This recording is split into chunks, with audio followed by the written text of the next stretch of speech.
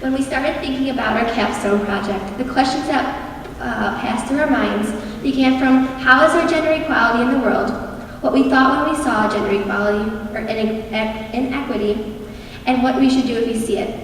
And then discussed everything from car insurance prices to the constant battles men and women face and must fight, and the treatment they withstand in certain parts of the world just because of their sex or gender.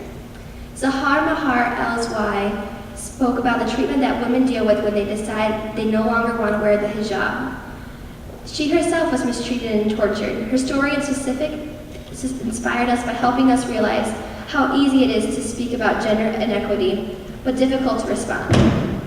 Anne Rondu also mentioned the importance of what people bring to the table versus who they are, whether they be male or female. It is our responsibility to recognize and make others aware that inequity, when we encounter it, there's not one answer, so we'd rather have discussion. It's important not to get angry at the people responsible. Simply ask yourself why they may be doing it, and together we must work to change the system. The following are exaggerated stereotypes, and our main goal is to produce a discussion on possible solutions regarding gender inequity.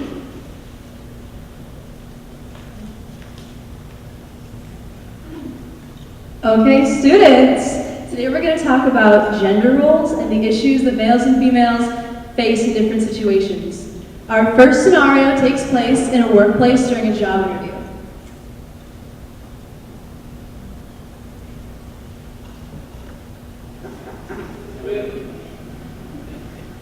Hi, how are you today? I'm well, and yourself? Same. Thanks for coming in today.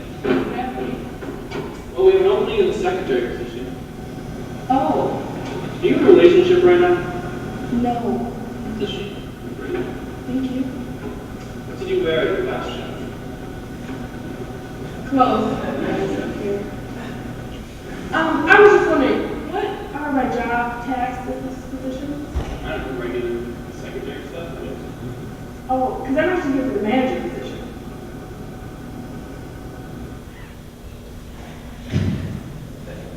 Now, how do you expect to be treated when you go in for a job interview?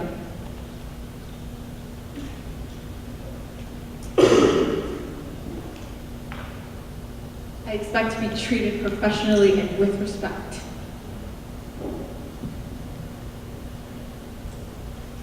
I expect to be treated fairly and given a chance. And how do you guys feel about what happened?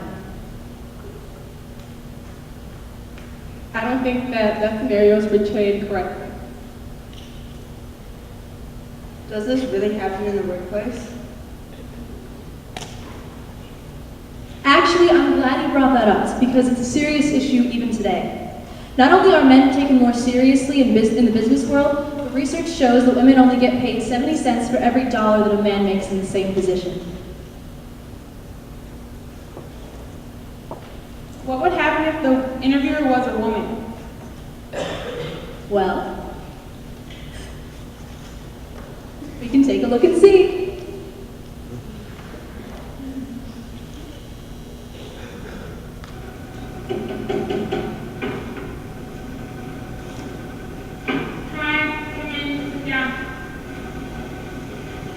Here's my resume.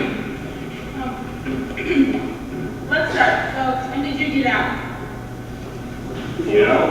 What? Do you really think you're qualified for this position? Yes, I do. Do you not feel that I am? I'll take this into consideration. Thank you. Have a nice day. You too.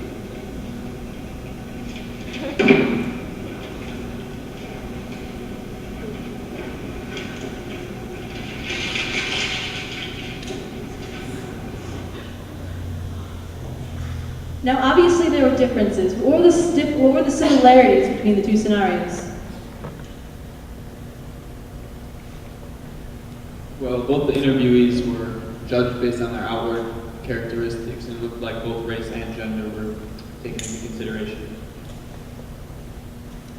Did she just ask if he got out of jail? I mean, that's just rude. Just because he's black? I mean, what the heck? And like, did the guy honestly just ask like the girl if she what she wore to work? clothes like you freak. What the heck?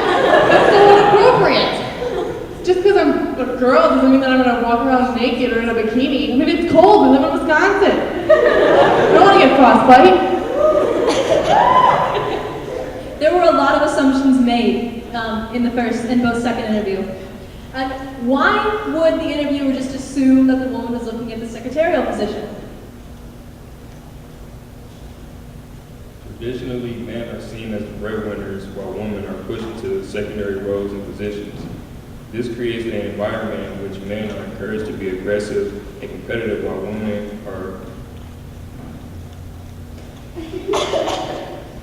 ostracized for having the same aspirations. What do you guys think would have happened if the female had left the interview? She wouldn't have gotten a shot at the job. Some women feel they have to put up with harassment to move up the corporate ladder. Another issue that we see a lot is in sports. So in sports, oftentimes women are seen as inferior or inconsequential compared to men. In our next video, we're going to explore that.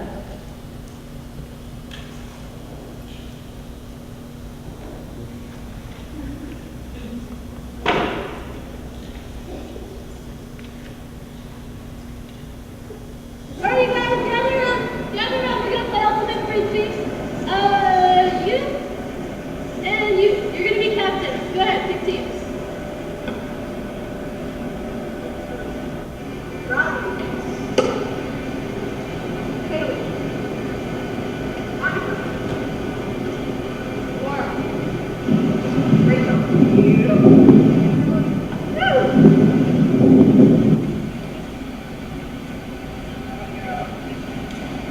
Hey, you! You! Up! Come on, you're on our team. Come on, I see you.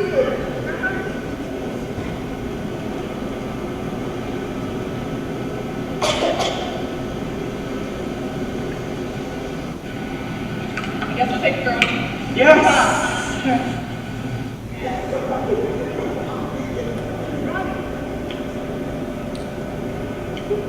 Very makes it easy.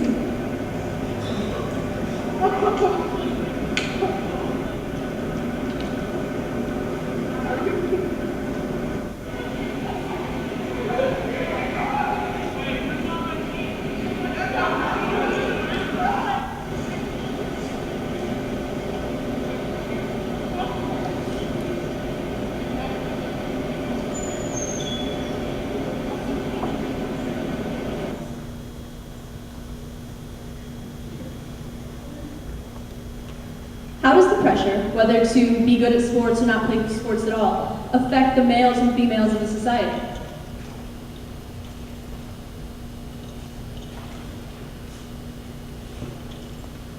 Athletes, especially the males, are putting their health at risk to live up to society's expectations.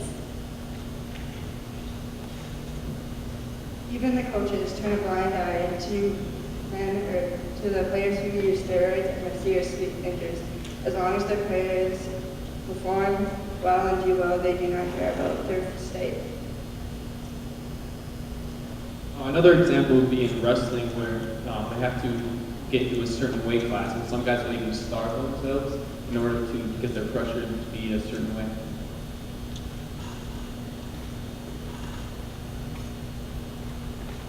So why do you think history made it so that the men were the ones that played the sport?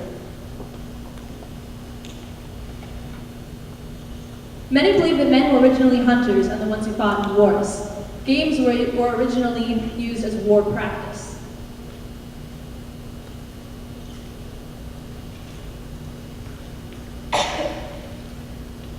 They were also considered as the top dogs in society, and maybe they thought that women were too delicate to play.